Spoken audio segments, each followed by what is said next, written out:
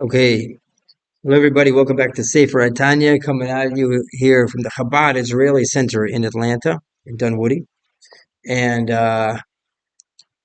let's get right into it. We got some good feedback. I heard on the WhatsApp group, so that's cool. I'm glad people are watching and getting value. It inspires me to get into it more.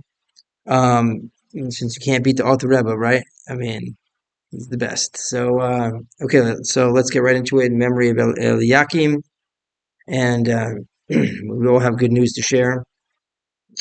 We've been speaking in Tanya about the revelation or the concealment of lights.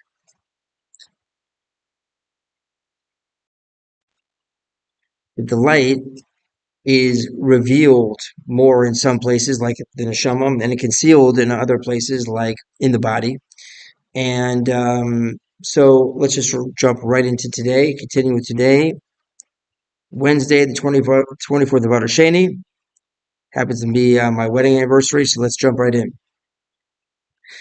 Key because Bagufa Gashmi in the physical body, Vadoime Mamash, and in silent things literally, Ka'avonim B'afar, like like stones and dust.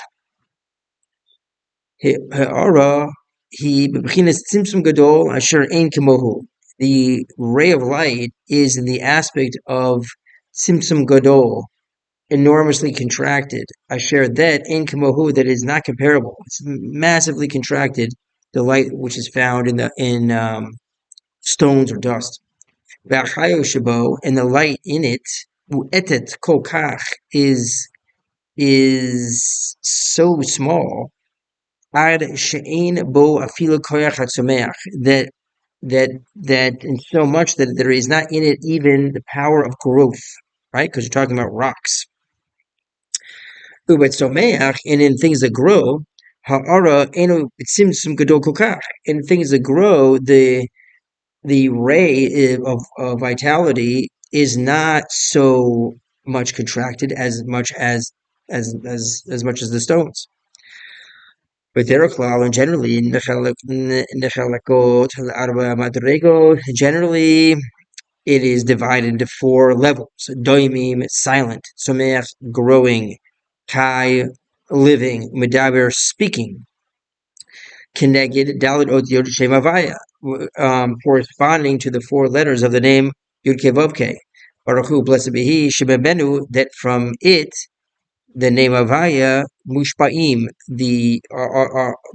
are influenced, they are given life. That these four categories of silent, growing, living, and speaking are get life from the four letters of Hashem's name. וכמושן אין רק בדימים הארץ והמשחס החיו שבדוימים וצומח להארץ והמשחס החיו שבלבד שבחיו מדבר וכמו, and just like she'ein erech, that there is no comparison v'dimium or likeness ha'aras of the light v'hamashachas, and the drawing down of v'hamashachas hachayos, and the drawing down of life shebedoimim v'tzameach, that is in the silent and the growing. There's no comparison in those things to the light and the drawing down of life, which is dressed up in the living and the speaking. To the light and the drawing down of the life, which is dressed up in the living, and umadaber in the speaking. Even though so there's no comparison between the light and vitality in the silent and growing compared to light and vitality in the living and speaking. You can't compare it. And even though even though that the light is really equal in the aspect of the concealment of the countenance, because these things are all dressed up in the garment called klipas noga, meaning to say that even though there's a massive difference in the revelation or contraction, which is in silent and growing, compared to living and speaking, yes, there's a big difference. But in relationship to the concealment of the face of the essence of Hashem, it's all concealed. All of it is concealed because all those things, speaking, living, growing, and silent, they're all clothed in a concealing garment of noga, the klipas noga, which we spoke about before. And in that garment, Hashem's countenance is concealed. Continuing. So, so too, there is no comparison or likeness klal at all, Bain between ha'aras v'amshachas, the light and the drawing down, or in Sof Baruch Hu, of the infinite light, blessed be He, Shuhu, which is Panimis Ratzon Baruch, which is the inner will of God, blessed be He, He has set upon him klal, without any concealment of the face or garment at all. And where does this shine? This light on the iris and will leveshet b'mitzvos masiot, which shines and is dressed up in positive commandments, mamish literally. So this light, which has no contraction or concealment of the face, is expressed in and shines and is dressed up in the positive commandments, literally, mamash. And so too, and so too in mitzvahs that are dependent on speaking and expression of the lips without kavana, true that it is nechshav kamasa mamash Israel. That's considered like action literally. Those things are considered like action because there's no. So let's continue. Likabe in relationship. And can in comparison to the light and the drawing down of the infinite light, blessed be He which shines and is dressed up in the kavana of mitzvahs masio. So here's what we're saying. Here's what we just said.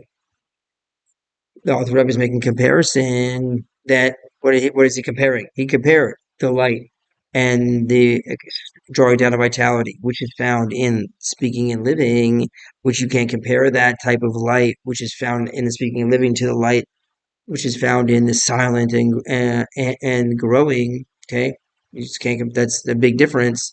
So too, you cannot compare the drawing down of the infinite light of Hashem, which is His inner will, without any concealment of the countenance, which shines and is dressed up in mitzvahs masios, without kavana, to the light of vitality over the infinite light of Hashem, which is drawn down and dressed up in those mitzvahs with kavana. You can't compare the two things. When you have kavana, it's a much different order than if there is no kavana.